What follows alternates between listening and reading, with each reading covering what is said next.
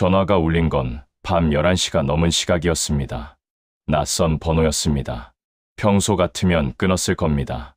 그런데 그날은 이상하게도 받아야 할 것 같았습니다. 수화기 너머에서 목소리가 들렸습니다. 떨리고 낮고 금방이라도 끊어질 것 같은 목소리였습니다. 언니. 저는 그 순간을 지금도 정확히 기억합니다. 숨이 멈추는 느낌이 뭔지 그날 처음 알았습니다. 언니, 나야. 나 살아있어. 죽었다고 들었습니다. 8개월 전 모르는 번호로 걸려온 전화에서 누군가 그렇게 말했습니다. 찾지 마세요. 그분은 이미 죽었습니다.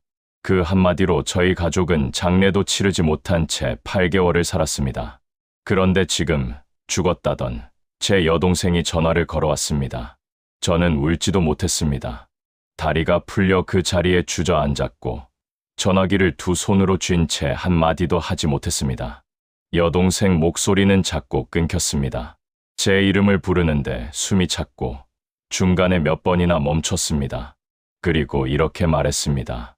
나 거기서 못 나오게 했어. 가족한테 연락하면 지옥 간다고 했어.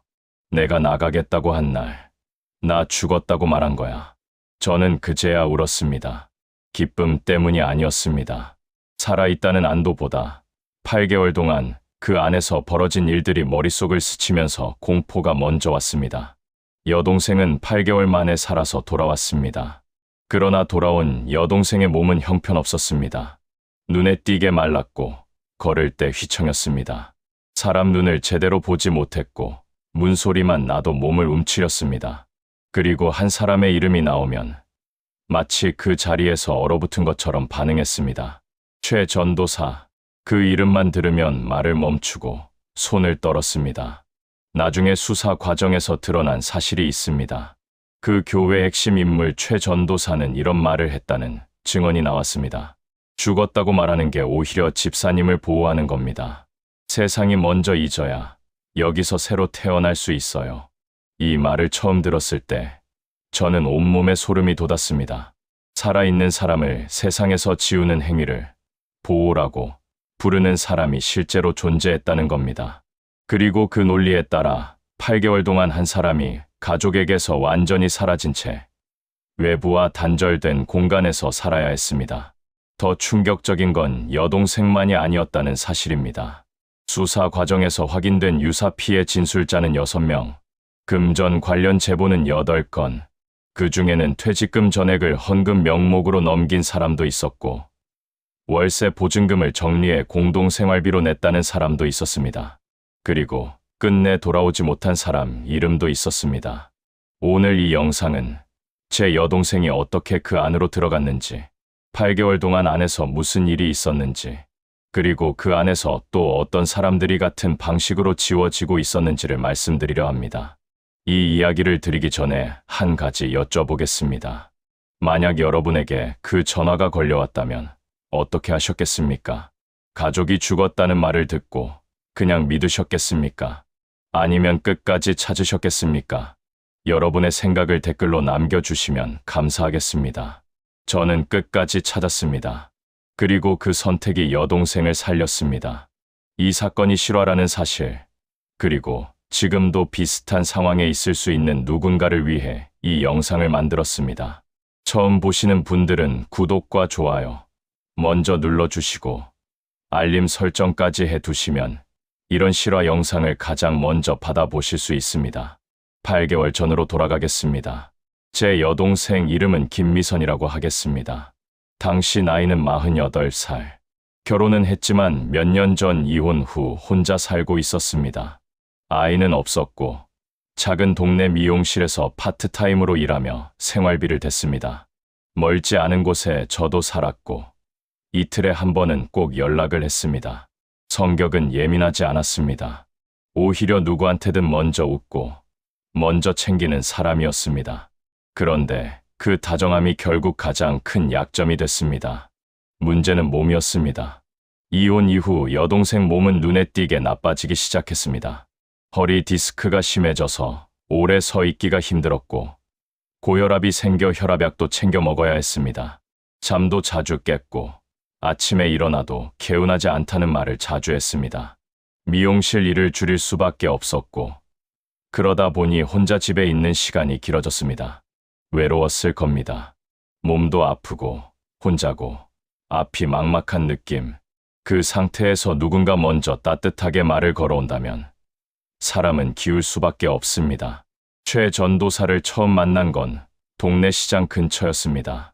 여동생이 나중에 말해준 기억을 그대로 옮기겠습니다. 그 사람이 먼저 말을 걸었어. 표정이 참 다정했어. 힘들어 보인다고. 오늘 밥은 먹었냐고. 처음 보는 사람인데 그 말이 그렇게 고맙더라. 최 전도사는 40대 중반의 여성이었습니다. 말투가 부드럽고 늘 상대 이야기를 먼저 듣는 것처럼 행동하는 사람이었습니다. 그날 여동생과 짧게 이야기를 나눈 뒤 며칠 뒤 다시 나타났습니다. 그 다음엔 또 나타났습니다. 우연처럼 보였지만 지금 생각하면 계획이었습니다. 2번, 3번 만나면서 최 전도사는 여동생에게 이런 말들을 했습니다. 집사님은 너무 착해서 상처를 많이 받으셨어요. 그 상처가 몸으로 나타나는 겁니다. 병원은 몸만 봐요. 우리는 영혼까지 봅니다. 하나님이 특별히 붙드시는 사람에게는 먼저 시험이 옵니다. 집사님이 딱 그런 분 같아요. 저는 이 말들이 얼마나 정교하게 설계된 접근인지 당시엔 몰랐습니다. 아프고 외로운 사람에게 공감을 먼저 주고 그 다음 병원 대신 다른 해답을 제시하고 마지막엔 특별한 사람이라고 추켜 올립니다. 이 3단계가 반복되면 사람은 점점 그 말에 기대기 시작합니다. 여동생도 그랬습니다. 처음 교회에 나간 건 그로부터 3주쯤 뒤였습니다. 여동생은 저한테 그냥 요즘 교회 좀 다녀볼까 해라고만 했습니다. 그 말을 들었을 때 저는 그냥 종교 생활이 위로가 되는가 보다 했습니다. 사람마다 힘들 때 기대는 곳이 다르니까요. 막지 않았습니다. 막았어야 했는지 아직도 모르겠습니다. 그런데 교회를 다니기 시작한 뒤 여동생이 달라지기까지는 오래 걸리지 않았습니다. 처음엔 말투였습니다. 세상 사람들은 몰라. 언니는 믿음이 없어서 그래 같은 말이 자주 나왔습니다. 저는 처음엔 그냥 넘겼습니다. 종교에 심취하면 그럴 수 있다고 생각했습니다. 그 다음엔 시간이었습니다. 새벽 기도, 소그룹 모임, 특별 집회, 금식 기도, 만남이 많아졌고 집에 있는 시간이 줄었습니다. 제가 전화해도 지금 기도 중이라서 혹은 모임이 있어서라는 말이 늘었습니다. 그 다음엔 돈이었습니다. 여동생 통장에서 소액이 자주 빠져나가기 시작했습니다. 10만 원, 30만 원, 50만 원. 한 번에 큰 돈은 아니었습니다. 하지만 횟수가 문제였습니다. 나중에 확인해 보니 교회 다니기 시작한 뒤 6개월 동안 빠져나간 돈이 700만 원 가까이 됐습니다. 항목, 이름도 여러 가지였습니다. 헌금, 특별감사 헌금, 치유 헌금, 사명 헌금. 이름이 달라도 흐르는 방향은 하나였습니다. 그리고 마지막은 약이었습니다. 여동생이 처음 약을 줄이기 시작했다는 걸 안 건 병원에서 연락이 왔을 때였습니다. 정기 진료에 나타나지 않는다는 연락이었습니다. 제가 물어보자 여동생은 담담하게 말했습니다. 약에 의존하면 안 된대. 믿음으로 이겨야 한다고 하더라고. 저는 그날 처음으로 화를 냈습니다. 혈압약은 끊으면 안 된다고. 의사한테 직접 들은 말이라고. 그러자 여동생은 이렇게 말했습니다. 언니는 영적인 걸 모르잖아. 내 몸인데 내가 알아. 그 말 이후 저와 여동생 사이에 처음으로 긴 침묵이 생겼습니다. 그리고 그 침묵은 점점 길어졌습니다. 여동생 수첩에서 나중에 발견된 메모들이 있습니다. 여동생의 손글씨로 최 전도사 말을 받아 적은 것들이었습니다. 가족의 반대는 영적 공격이다. 약에 의존하는 건 하나님을 믿지 않는다는 뜻이다. 세상과 단절될수록 믿음은 깊어진다. 저는 이 메모들을 처음 봤을 때 손이 떨렸습니다. 여동생이 이 말들을 얼마나 오래 들었으면 직접 받아 적었을까? 그리고 이걸 받아 적으면서 무슨 생각을 했을까? 최 전도사가 한 일은 단순하지 않았습니다. 아픈 사람에게 다가가고 공감해주고 서서히 가족 대신 자신을 신뢰하게 만들고 병원 대신 기도를 선택하게 하고 돈을 내게 하고 세상과 단절시키는 것. 이 과정은 빠르게 이루어진 게 아니라 몇 달에 걸쳐 아주 천천히 눈치채기 힘들게 진행됐습니다. 그래서 더 무서웠습니다. 그리고 여동생이 연락을 완전히 끊기 사흘 전 저한테 마지막으로 전화가 왔습니다. 그때는 몰랐습니다. 그게 마지막이 될 줄은. 여동생 목소리는 약간 들떠 있었습니다. 언니, 나 좀 있으면 완전히 회복될 것 같아. 기도원 같은 데서 좀 지내다 올게. 저는 그냥 알겠다고 했습니다. 며칠 뒤 전화가 꺼져 있었습니다. 여동생과 마지막 통화를 한 날로부터 사흘이 지났습니다. 전화는 계속 꺼져 있었습니다. 문자엔 답이 없었습니다. 처음엔 기도원이라고 했으니 며칠 연락이 안 될 수도 있다고 생각했습니다. 그런데 나흘째 되던 날 집에 찾아가 보니 문은 잠겨 있었고 인기척이 없었습니다.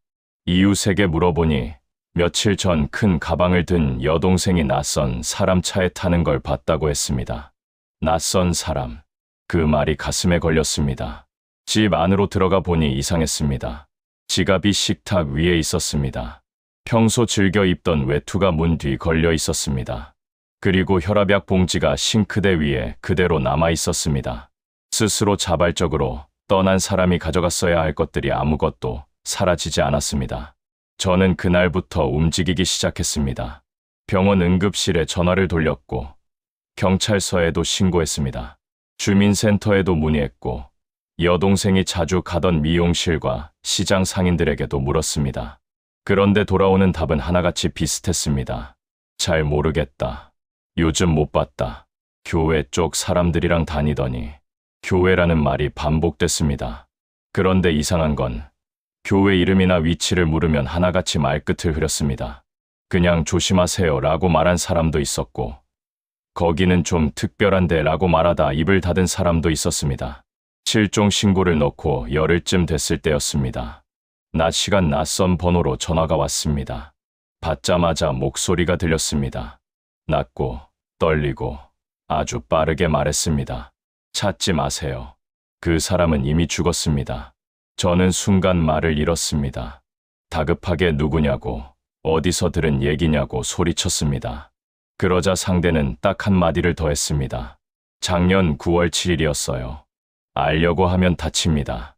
그리고 전화가 끊겼습니다. 저는 그 자리에서 핸드폰을 쥔 채 한동안 움직이지 못했습니다. 죽었다는 말보다 날짜까지 특정했다는 게 더 무서웠습니다. 장난이라면 날짜를 댈 이유가 없었습니다. 그 사람은 뭔가를 알고 있었습니다. 저는 곧장 경찰에 통화 내용을 알렸습니다. 번호 추적을 요청했지만 선불폰이거나 우회된 번호라 시간이 걸린다는 답이 돌아왔습니다. 기다리는 동안 저는 멈추지 않았습니다. 여동생 집을 다시 뒤졌습니다. 오래된 수첩, 성경책 사이에 끼워진 종이들, 냉장고, 메모판까지 하나씩 확인했습니다. 그리고 서랍 안쪽에서 접힌 종이 한 장을 발견했습니다. 거기엔 이렇게 적혀 있었습니다. 세상의 병원은 육체만 본다. 참된 치유는 믿음으로 완성된다. 그 아래에 전화번호 하나가 적혀 있었습니다. 저는 그 번호를 걸었습니다. 연결은 됐습니다. 그런데 받는 사람은 아무 말도 하지 않고 그냥 끊어버렸습니다. 다음 날, 저는 교회를 직접 찾아갔습니다. 이름이 여러 개로 불리는 곳이었고 간판도 뚜렷하지 않았습니다. 일반 상가 건물 3층, 계단 옆 작은 문에 십자가, 스티커만 붙어 있었습니다. 문을 밀고 들어가자 좁은 복도 끝에 예배실처럼 보이는 공간이 있었고 서너 명이 의자에 앉아 있었습니다. 저를 본 순간 그들의 표정이 한꺼번에 굳었습니다. 그리고 안쪽에서 한 여성이 걸어 나왔습니다. 최 전도사였습니다. 저는 여동생 사진을 꺼내 들었습니다. 제 동생입니다. 여기 다녔죠. 지금 어디 있는지 아십니까? 최 전도사는 사진을 한번 보더니 고개를 저었습니다. 저는 잘 모르는 분인데요. 잠깐 오셨다가 발길이 끊기신 분 같아요. 그 말이 이상했습니다. 잠깐 왔다가 끊긴 사람을 왜 그토록 빠르게 부정할까요? 사진을 제대로 보지도 않았습니다. 저는 다시 물었습니다. 6개월 넘게 다녔다는 사람들이 있다고 통장에 헌금 기록도 있다고. 그러자 최 전도사는 표정을 거두지 않으면서 말했습니다. 저희 교회를 잘못 아신 것 같아요. 그리고 가족분이 너무 예민하게 반응하시는 것 아닌가요? 예민하다는 말. 실종된 가족을 찾는 사람에게 예민하다고 말하는 순간 저는 확신했습니다. 이 사람은 무언가를 알고 있다고. 대화가 더 길어지려는 순간 옆에 있던 남성이 끼어들었습니다. 저희가 도와드릴 수 있는 부분이 없습니다. 이만 가시죠. 그 말과 함께 주변 사람들이 저를 둘러싸듯 서기 시작했습니다. 저는 사진을 다시 집어넣고 돌아설 수밖에 없었습니다. 건물 밖으로 나오면서 뒷목이 서늘했습니다. 그리고 한 가지 생각이 머릿속에서 떠나지 않았습니다. 저를 둘러선 사람들 중 한 명의 얼굴이 낯이 있었습니다.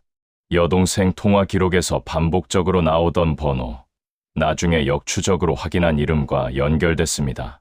박 집사. 여동생이 실종되기 일주일 전 하루에 두세 번씩 연락한 인물. 그가 바로 그 자리에 있었습니다. 저는 박 집사에게 다가가 물었습니다. 혹시 김미선 씨 아십니까? 박 집사는 저를 보는 순간 눈이 흔들렸습니다. 그러나 곧 표정을 가다듬으며 말했습니다. 모릅니다. 그 한마디. 눈이 흔들렸다가 곧 굳어지는 그 찰나. 저는 그 표정을 지금도 잊지 못합니다. 몰랐다면 흔들릴 이유가 없었습니다. 알고 있었기 때문에 먼저 흔들렸습니다. 집으로 돌아오는 길에 현관 앞에 종이 한 장이 놓여 있었습니다. 누가 놓고 갔는지 알 수 없었습니다. 거기엔 이렇게 적혀 있었습니다. 죽은 자를 흔들지 마세요. 저는 그 종이를 한참 바라봤습니다. 경고였습니다. 누군가 제가 교회에 다녀왔다는 걸 알고 있었고 멈추게 하려 하고 있었습니다. 하지만 아이러니하게도 그 경고는 저를 더 멈출 수 없게 만들었습니다. 왜냐하면 이렇게까지 막으려 한다는 건 반드시 숨기고 싶은 무언가가 있다는 뜻이니까요. 그날 밤 저는 두 가지를 결심했습니다. 박 집사를 다시 만나겠다는 것, 그리고 그 교회 주변에서 여동생 같은 사람이 또 있는지 찾겠다는 것. 그 결심이 이후 모든 것을 바꿨습니다. 경고 종이를 받은 다음 날부터 저는 방향을 바꿨습니다. 교회 문을 다시 두드리는 건 의미가 없었습니다. 그들은 이미 입을 맞춘 상태였으니까요. 대신 교회 주변, 그 바깥에 있는 사람들을 찾기 시작했습니다. 한때 그 교회를 다녔거나 가족 중 누군가가 다닌 적 있는 사람들. 그 사람들은 입을 맞출 이유가 없었습니다. 첫 번째로 만난 사람은 교회 근처 세탁소 주인이었습니다. 50대 여성이었고 처음엔 말을 아꼈습니다. 그런데 제가 여동생 사진을 꺼내 보이자 표정이 달라졌습니다. 이분 알아요. 자주 지나다니셨는데 한동안 얼굴이 많이 안 좋아 보이더라고요. 그러더니 목소리를 낮추며 말했습니다. 거기 다니다가 이상해진 사람이 한둘이 아니에요. 우리 옆집 아주머니도 저 건물 다니다가 작년에 돌아가셨어요. 돌아가셨다는 말에 저는 멈췄습니다. 어떻게 돌아가셨냐고 물었습니다. 세탁소 주인은 잠시 망설이다가 말했습니다. 당뇨가 있으셨는데 병원을 안 가셨대요. 가족들이 말려도 안 들으셨고 나중엔 많이 안 좋아지셨는데도 끝까지 기도원에서 나오질 않으셨대요. 그러다 그냥 말을 다 잊지 못했습니다. 저는 그 아주머니 이름을 여쭤봤습니다. 박순자라고 하겠습니다. 당시 62살. 가족은 아들 하나뿐이었고 아들은 어머니가 그 교회에 다닌 뒤 연락이 뜸해졌다고 했습니다. 마지막엔 어머니가 먼저 전화를 끊기 시작했고 나중엔 번호가 바뀌었다는 것도 몰랐다고 했습니다. 저는 박순자 씨 아들을 수소문해서 찾아갔습니다. 그는 처음엔 저를 경계했습니다. 이미 그 교회와 관련해서 한 번 상처를 입은 사람이었으니까요. 그런데 제가 여동생 이야기를 꺼내자 표정이 무너졌습니다. 그리고 아주 천천히 어머니 이야기를 꺼냈습니다. 어머니는 원래 당뇨 조절이 잘 되던 분이었다고 했습니다.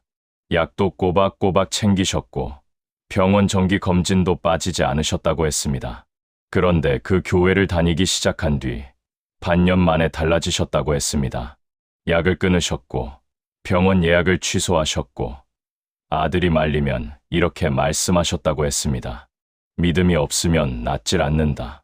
내가 약을 끊겠다는 게 아니라 하나님을 더 의지하겠다는 거다.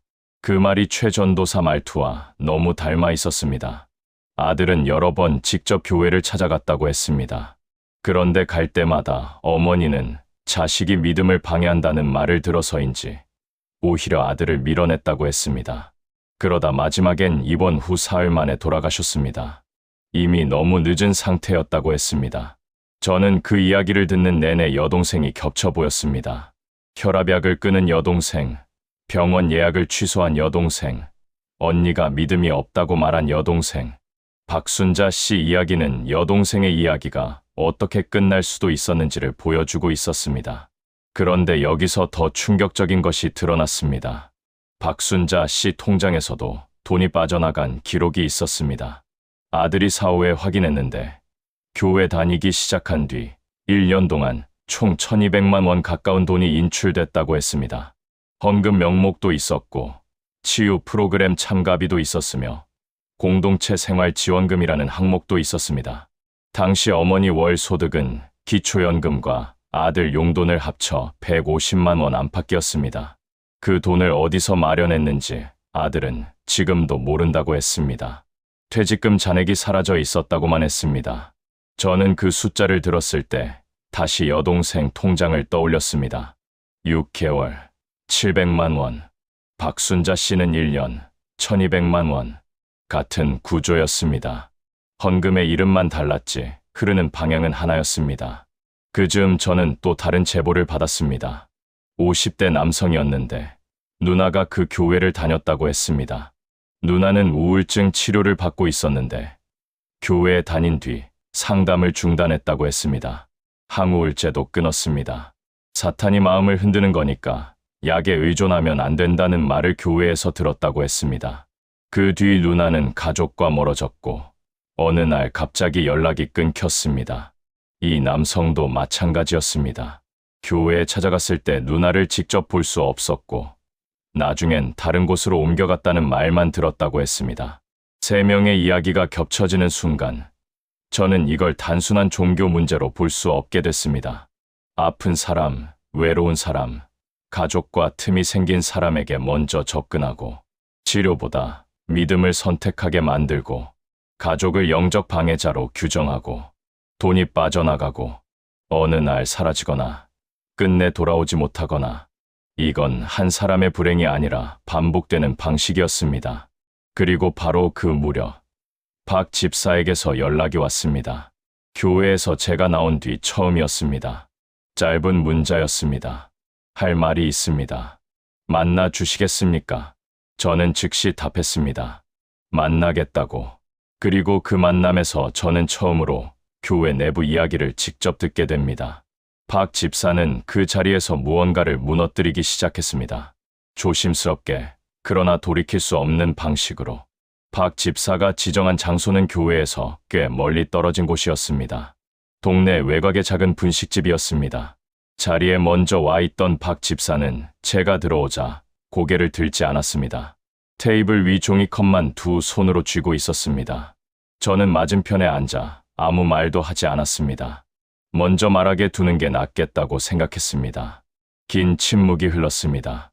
그리고 박 집사가 입을 열었습니다.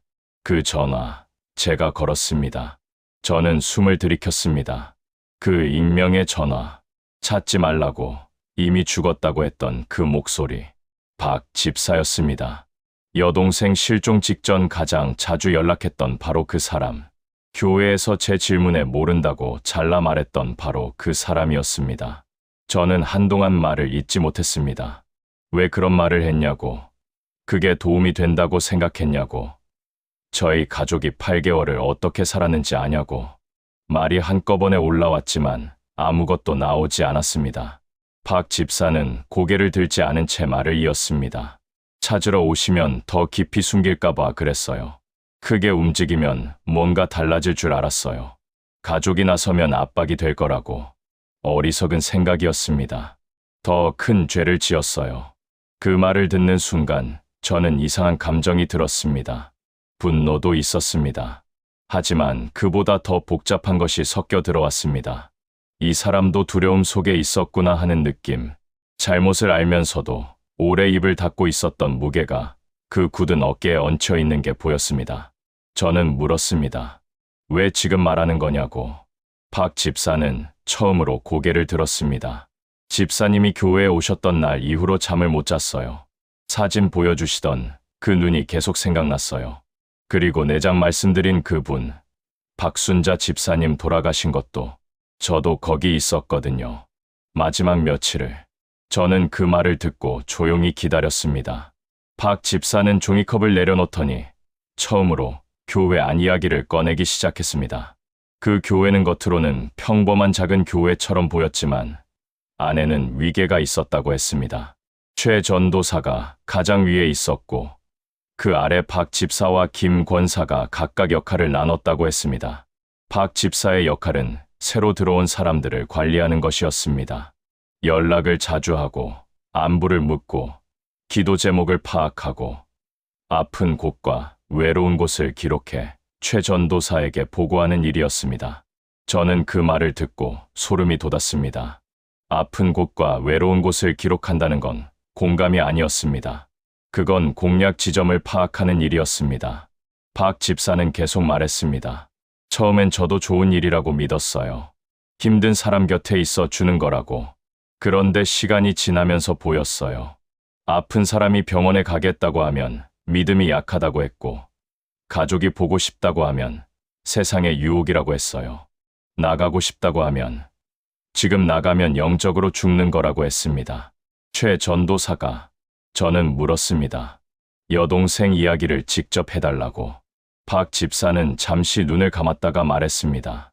김미선 집사님은 어느 날 저한테 조용히 말씀하셨어요. 언니한테 전화 한 번만 하게 해달라고.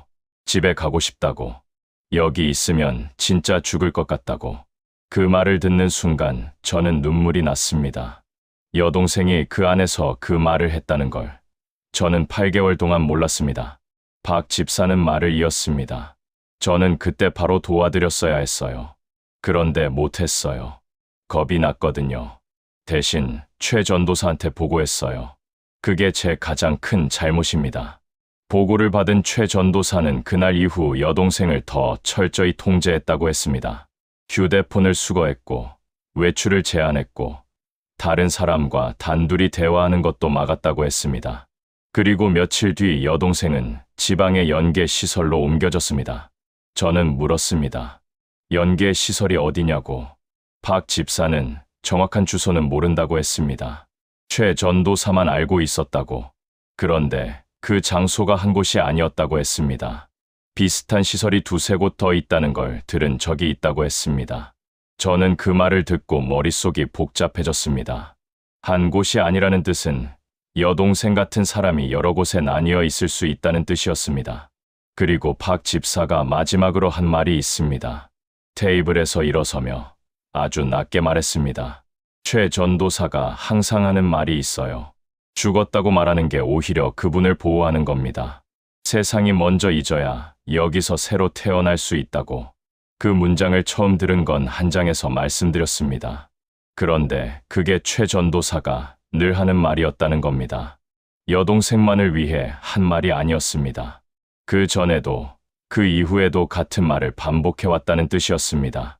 살아있는 사람을 세상에서 지워버리는 일을 이 사람은 하나의 방식으로 굳혀놓고 있었습니다. 저는 박 집사에게 물었습니다. 이 내용을 경찰에 진술할 수 있냐고. 박 집사는 대답하지 않았습니다. 그냥 자리에서 일어나 나갔습니다. 하지만 며칠 뒤 박 집사는 결국 경찰서에 나타났습니다. 그리고 그 진술이 수사의 방향을 완전히 바꿨습니다. 여동생이 옮겨진 연계 시설의 위치가 좁혀지기 시작했습니다.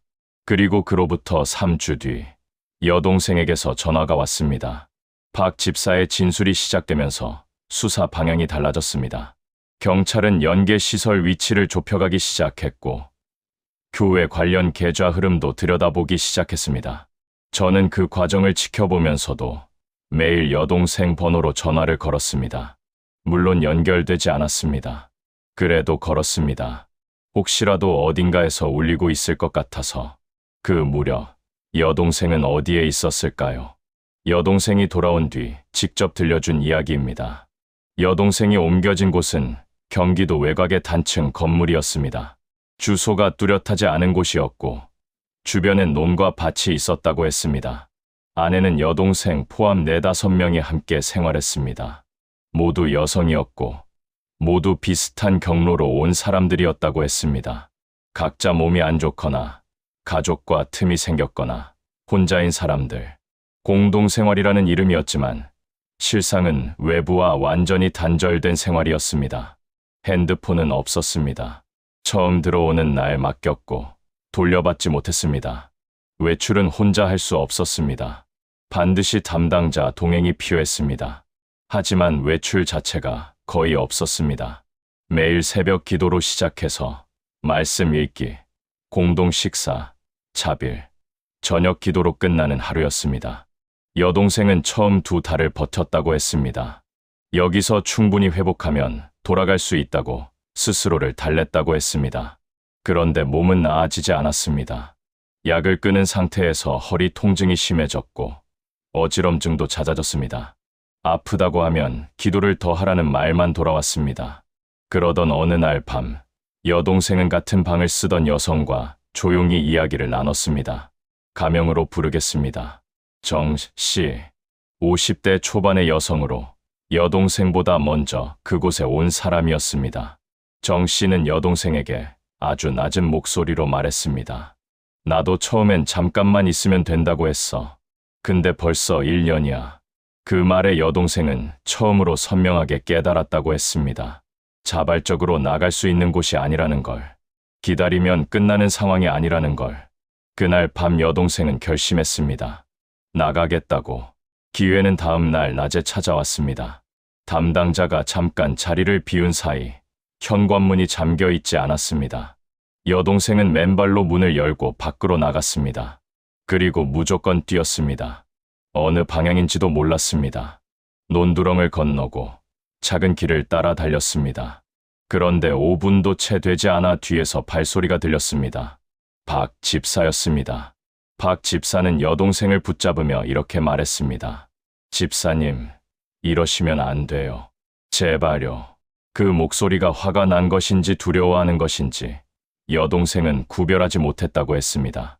결국 여동생은 끌리다시피 안으로 돌아왔습니다. 맨발이 흙투성이었고 무릎이 긁혔습니다. 그날 저녁 최 전도사가 왔습니다. 전화로만 지시를 내리다가 직접 나타난 건 처음이었다고 했습니다.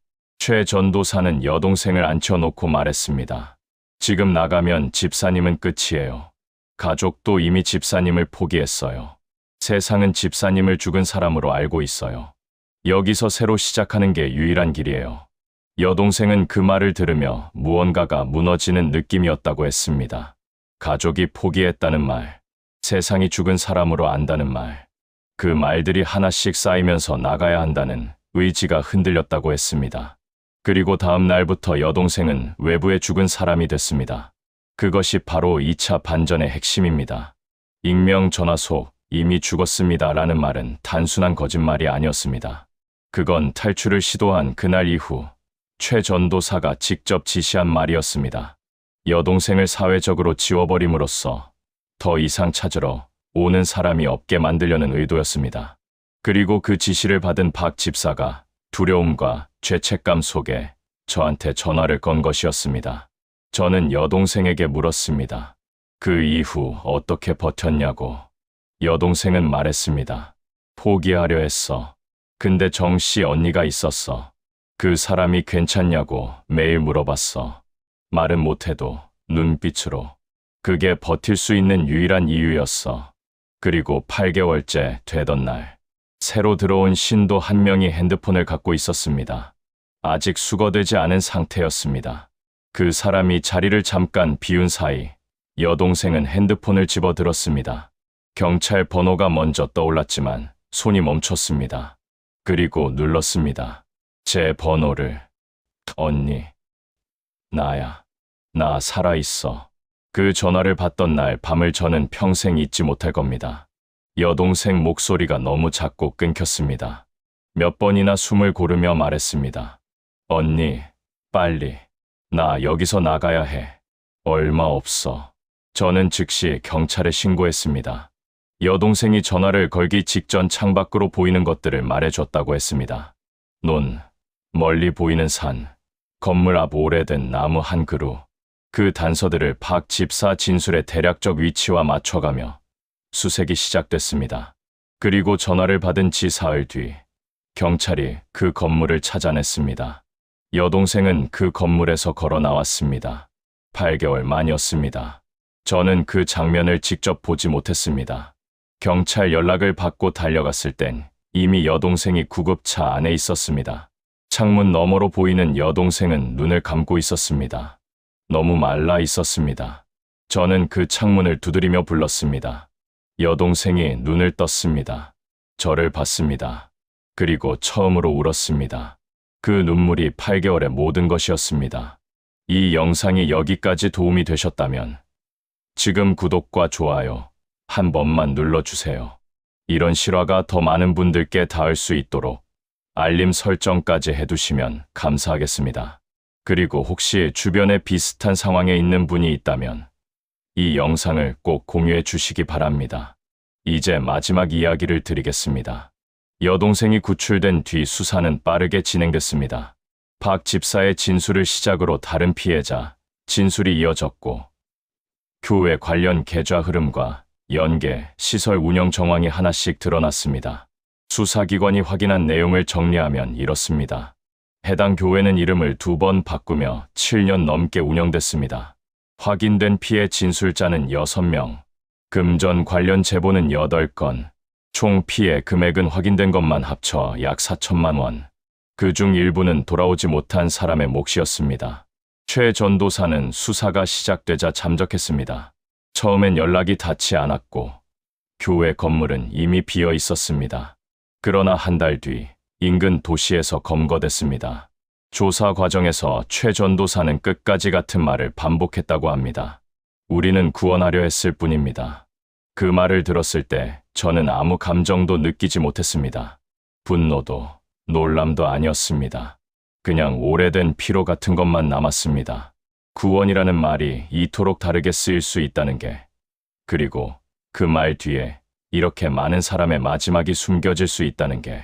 김 권사는 사전에 도주를 시도했으나 공항에서 출국이 제지됐습니다. 박 집사는 자진 진술을 이유로 수사에 적극 협조 중입니다. 그리고 연계 시설 한 곳에서 여동생과 함께 생활했던 정 씨가 있었습니다. 정 씨는 여동생이 구출된 같은 날 함께 그 건물을 나왔습니다. 1년 넘게 그곳에 있었던 분이었습니다. 가족에게 연락이 닿았고 현재는 치료를 받고 있다고 들었습니다. 여동생은 가끔 정 씨에게 안부를 묻는다고 했습니다. 그 사람이 없었으면 8개월을 버티지 못했을 거라고. 여동생은 지금 회복 중입니다. 혈압약을 다시 먹기 시작했고 허리 치료도 재개했습니다. 처음엔 사람 많은 곳을 힘들어했고 낯선 전화번호가 뜨면 받지 못했습니다. 문이 잠기는 소리만 나도 몸이 굳었다고 했습니다. 지금은 조금씩 나아지고 있습니다. 천천히, 아주 천천히. 어느 날 저녁 여동생과 함께 밥을 먹다가 여동생이 이런 말을 했습니다.